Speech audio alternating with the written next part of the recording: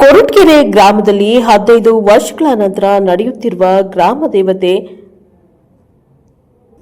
ಶ್ರೀ ರಾಮಲಿಂಗ ಚೌಡೇಶ್ವರಿ ಅಮ್ಮನವರ ಊರ ಹಬ್ಬದಲ್ಲಿ ಭಾಗವಹಿಸಿದ ಚುಂಚಾ ಶ್ರೀಗಳು ಹಬ್ಬ ಹರಿದಿನ ಜಾತ್ರೆ ಉತ್ಸವ ನಮ್ಮ ಸಂಸ್ಕೃತಿಯ ಪ್ರತಿಬಿಂಬ. ಇಂದಿನ ಒತ್ತಡ ಜೀವನದಲ್ಲಿ ದೇವರು ಮತ್ತು ಧರ್ಮದ ಮಾರ್ಗದಿಂದ ಮಾತ್ರ ಮನಸ್ಸಿಗೆ ಶಾಂತಿ ನೆಮ್ಮದಿಯನ್ನ ಹೊಂದಬಹುದಾಗಿದೆ. ಹಬ್ಬ ಹರಿದಿನಗಳು ಹಾಗೂ ಜಾತ್ರೆ ಉತ್ಸವಗಳು ನಮ್ಮ ಸಂಸ್ಕೃತಿಯ ಪ್ರತಿಬಿಂಬವಾಗಿವೆ. ಹಬ್ಬದ ಸಂಭ್ರಮದಲ್ಲಿ ಎಲ್ಲರೂ ಒಂದಾಗಿ ಭಾಗವಹಿಸಿದಾಗ ಸಿಗುವ ಸಂತೋಷಕ್ಕೆ ಬೆಲೆ ಕಟ್ಟಲು ಸಾಧ್ಯವಿಲ್ಲ ಎಂದು ಆದಿಚುಂಚನಗಿರಿ ಮಹಾ ಸಂಸ್ಥಾನ ಮಠದ ಜಗದ್ಗುರುಗಳಾದ ಡಾ ನಿರ್ಮಲಾನಂದನಾಥ ಸ್ವಾಮೀಜಿಗಳು ಹೇಳಿದ್ದಾರೆ.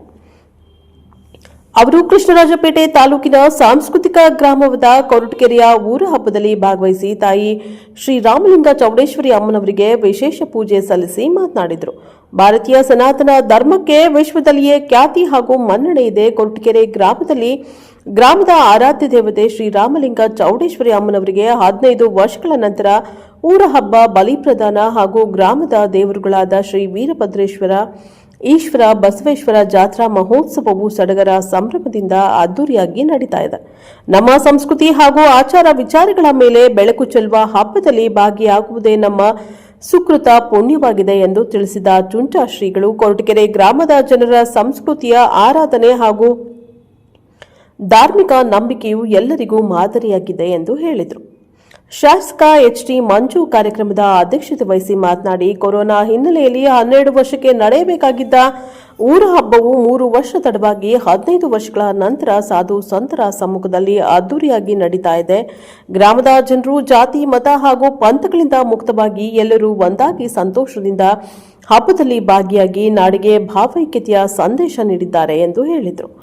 ಮಂಡ್ಯದ ವಿಶ್ವಮಾನವ ಕ್ಷೇತ್ರದ ಶ್ರೀ ಪುರುಷೋತ್ತಮಾನಂದನಾಥ ಸ್ವಾಮೀಜಿ, ಬೇಡದ ಹಳ್ಳಿಯ ಶ್ರೀ ಪಂಚಭೂತೇಶ್ವರ ಸುಕ್ಷೇತ್ರದ ಶ್ರೀ ರುದ್ರಮುನಿ ಸ್ವಾಮೀಜಿ, ಮಾಜಿ ಶಾಸಕರಾದ KB Chandrashekhar, MD Lakshminarayan, B Prakash, ಬೆಂಗಳೂರಿನ ಮಹಿಳಾ ಹೋರಾಟಗಾರ್ತಿ ಮಹಾಲಕ್ಷ್ಮಿ, ಉದ್ಯಮಿ ಡಾಕ್ಟರ್ ಬಿ ರಾಜಶೇಖರ್, ತಾಲೂಕು ಪಂಚಾಯತ್ ಮಾಜಿ ಅಧ್ಯಕ್ಷೆ ವಿಜಯಲಕ್ಷ್ಮಿ, ಶ್ರೀ ಚೌಡೇಶ್ವರಿ ದೇವಾಲಯ ಟ್ರಸ್ಟ್ ಅಧ್ಯಕ್ಷ ವಿಶ್ವನಾಥ್, ಕಾರ್ಯದರ್ಶಿ ಗೋವಿಂದರಾಜು, ಭಾರತೀಪುರ ಕ್ರಾಸ್ ಗ್ರಾಮ ಪಂಚಾಯತ್ ಅಧ್ಯಕ್ಷ ಕುಮಾರ್, ತಾಲೂಕು ಬಿಜೆಪಿ ಹಿರಿಯ ಉಪಾಧ್ಯಕ್ಷ ಡಾಕ್ಟರ್ ಪುಟ್ಟಣ್ಣ, ತಾಲೂಕಾ ಜೆಡಿಎಸ್ ಅಧ್ಯಕ್ಷ ಜಾನಕಿರಾಮ್, ಪ್ರಥಮ ದರ್ಜೆ ಗುತ್ತಿಗೆದಾರರಾದಂತಹ ರಾಜೇಶ್, ರವಿ, ಮಂಜುನಾಥ್ ಸೇರಿದಂತೆ ಸಾವಿರಾರು ಜನರು ಊರ ಹಬ್ಬದಲ್ಲಿ ಭಾಗವಹಿಸಿದರು.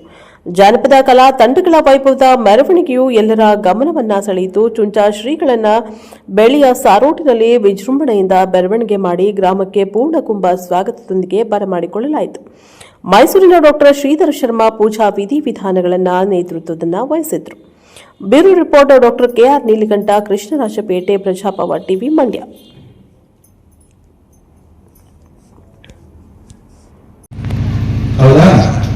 ಈ ಲೋಕ ಅಂತಕ್ಕಂಥದ್ದು ಸಾಮಾನ್ಯದಲ್ಲ, ಇದು ಪುಣ್ಯಕ್ಷೇತ್ರ. ಇಲ್ಲಿ ನಾವ್ಯಾರು ಯಾತ್ರಿಕರು, ಪಿಲಿಗ್ರಿಮ್ಸ್, ಯಾತ್ರಿಕರು. ನಾವೆಲ್ಲ ಪುಣ್ಯಕ್ಷೇತ್ರವೇ ಲೋಕ, ನೇಮದಿಂದ ಇರಲಿಕ್ಕೆ ಎಡೆಯುಂಟು ಈ ಛತ್ರದಲ್ಲಿ. ನೇಮದಿಂದ ಅಂದ್ರೆ ಮರ್ಯಾದೆಯಿಂದ ಮೌಲ್ಯವನ್ನು ಇಟ್ಕೊಂಡು ರೀತಿ ನೀತಿಗಳಿಂದ ಬದುಕಲಿಕ್ಕೆ ನೇಮದಿಂದ ಇರಲಿಕ್ಕೆ ಎಡೆಯುಂಟು ಈ ಛತ್ರದಲ್ಲಿ. ರಾತ್ರಿ 3 ಹೊರಡು ಎಣ್ಣೆ ತೆರಳಿ ಹೊಡೆ ಕಾರು ಕತ್ತಿರೋ ಮೆಚ್ಚುವರೆ ಮಂಕುತಿಮ್ಮ.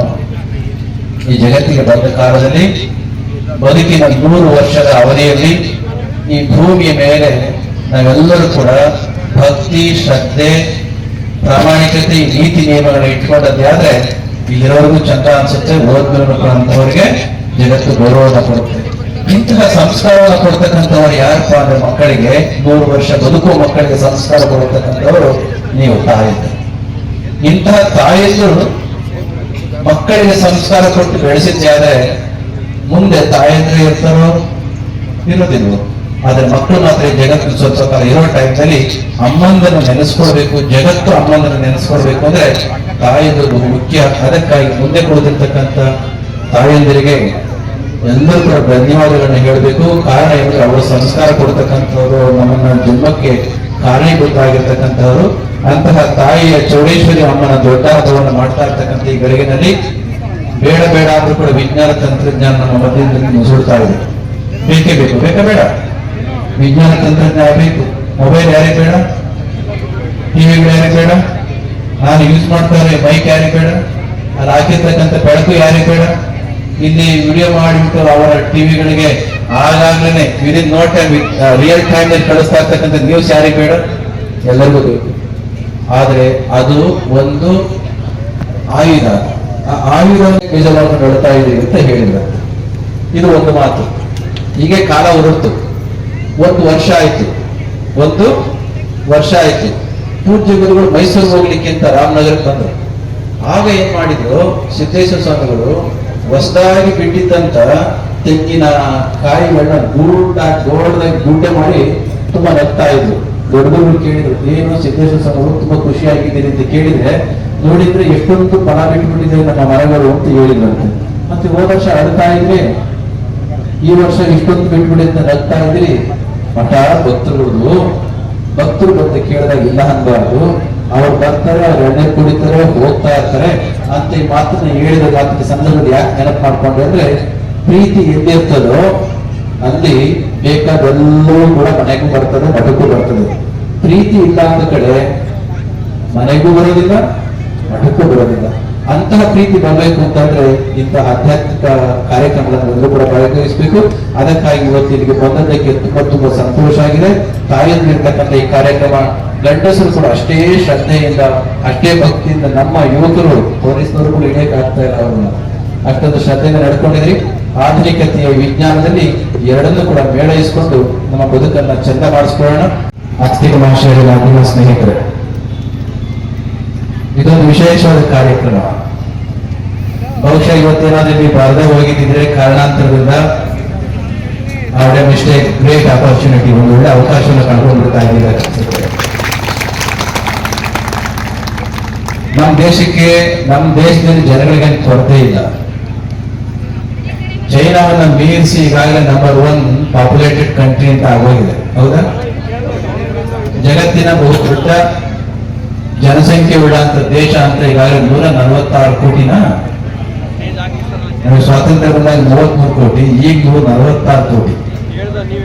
ಅದರ ಜೊತೆಯಲ್ಲಿಯೇ ಆಧುನಿಕವಾಗಿರ್ತಕ್ಕಂಥ ಆರ್ಥಿಕತೆಯು ಕೂಡ ಡೆವಲಪ್ ಆಗ್ತಾ ಇದೆ. ಕಳೆದ ವಾರ 2 ಸ್ಟ್ಯಾಟಿಸ್ಟಿಕ್ಸ್ ಅನಲೈಸ್ ಮಾಡಿದೆ ಅಂತಾರಾಷ್ಟ್ರೀಯ ಮಟ್ಟದಲ್ಲಿ. ನೀವು ನೋಡಿರ್ಬೋದು, ನಮ್ಮ ದೇಶದ ಜನಸಂಖ್ಯೆ 146 ಕೋಟಿ. ಅಭಿವೃದ್ಧಿ ಮತ್ತು ಆರ್ಥಿಕತೆಯ ದೃಷ್ಟಿಯಿಂದ ನಮ್ಮ ದೇಶ ಜಗತ್ತಿನಲ್ಲಿ 4ನೇ ಅತಿ ದೊಡ್ಡ ಎಕಾನಮಿ ಹೊಂದಿರತಕ್ಕಂಥ ದೇಶ. 4th biggest world economy country ಅಂತ ನಮ್ಮ ದೇಶ ಇದೆ. ಅದಕ್ಕೋಸ್ಕರ ಸಂತೋಷ ಪಡಬೇಕು. ಇದು ಯಾಕೆ ಮಾತನ್ನು ಹೇಳ್ತಿದ್ದೇನೆ ಅಂದ್ರೆ, ಆಧ್ಯಾತ್ಮಿಕ ಕಾರ್ಯಕ್ರಮದಲ್ಲಿ ಈ ಮಾತು ಯಾಕೆ ಅಂದ್ರೆ, ಜನಗಳಿಗೆ ಏನು ಕಡಿಮೆ ಇಲ್ಲ ನಮ್ಮ ದೇಶದಲ್ಲಿ. ಅದ್ರ ನಿಮ್ಮಷ್ಟು ಶ್ರದ್ಧೆ, ಗೌರವವನ್ನು ಇಟ್ಟುಕೊಂಡಿರ್ತಕ್ಕಂಥ ಜನಗಳನ್ನ ಹುಡುಕೋದು ಕಷ್ಟ. ಅದಕ್ಕೋಸ್ಕರ ಇಷ್ಟೆಲ್ಲ ಸಂಖ್ಯೆ ಇರ್ತಕ್ಕಂಥ ನಮ್ಮ ಭಕ್ತರು ಇರೋ ಕಾರ್ಯಕ್ರಮಕ್ಕೆ ಬಂದದಕ್ಕೆ ತುಂಬಾ ಸಂತೋಷ ಆಗಿದೆ ಅಂತ ಹೇಳಿ. ನಮಗೆ ಗೊತ್ತು,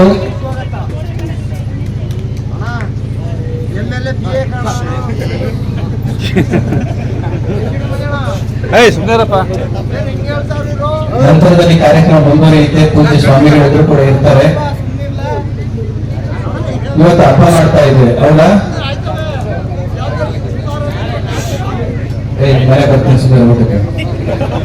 ಏನಪ್ಪ ಸ್ವಾಮೀಜಿ ಬರ್ತೀನಿ ಸುಂದರ ಅಂತ ತನಕ ಪೂಜ್ಯಗಳು ಡಾಕ್ಟರ್ ಬಾಲಗಂಗಾಧರ ಮಹಾಸ್ವಾಮಿಗಳಿದ್ದ ಕಾಲದಲ್ಲಿ ನಮ್ಮ ಈ ಭಾಗದ ಎಲ್ಲ ಪ್ರವಾಸವನ್ನು ಮಾಡ್ತಾ ಇದ್ದ ದಿನಗಳಲ್ಲಿ ದೊಡ್ಡಗುರುಗಳ ಜೊತೆಯಲ್ಲಿ ನಾನು ಕೂಡ ಈ ಎಲ್ಲ ಭಾಗಕ್ಕೆ ಬಂದದನ್ನು ನೆನಪುಂಟು. KR-ಪೇಟೆ ತಾಲೂಕು ಅಂದ್ರೆ ಪೂಜ್ಯ ಗುರುಗಳಿಗೆ ತುಂಬಾ ಬಹು ಮೆಚ್ಚಿನ ಮತ್ತು ಅಚ್ಚುಮೆಚ್ಚಿನ ತಾಲೂಕು ಕೂಡ. ಇವತ್ತು ದೊಡ್ಡ ಹಬ್ಬ, ಊರ ಹಬ್ಬವನ್ನು ಮಾಡ್ತಾ ಇರ್ತಕ್ಕಂಥ ಈ ಗಳಿಗೆನಲ್ಲಿ ನಾವು ಯಾವ ರೀತಿ ಇದ್ರೆ ತಾಯಿಗೆ ಇಷ್ಟ ಆಗುತ್ತೋ ಆ ರೀತಿ ಇದ್ದದ್ದೇ ಆದ್ರೆ ಹಬ್ಬಕ್ಕೊಂದು ಅರ್ಥ ಬರ್ತದೆ. ಈ ಬದುಕನ್ನ ಯಾತ್ರೆ ಅಂತ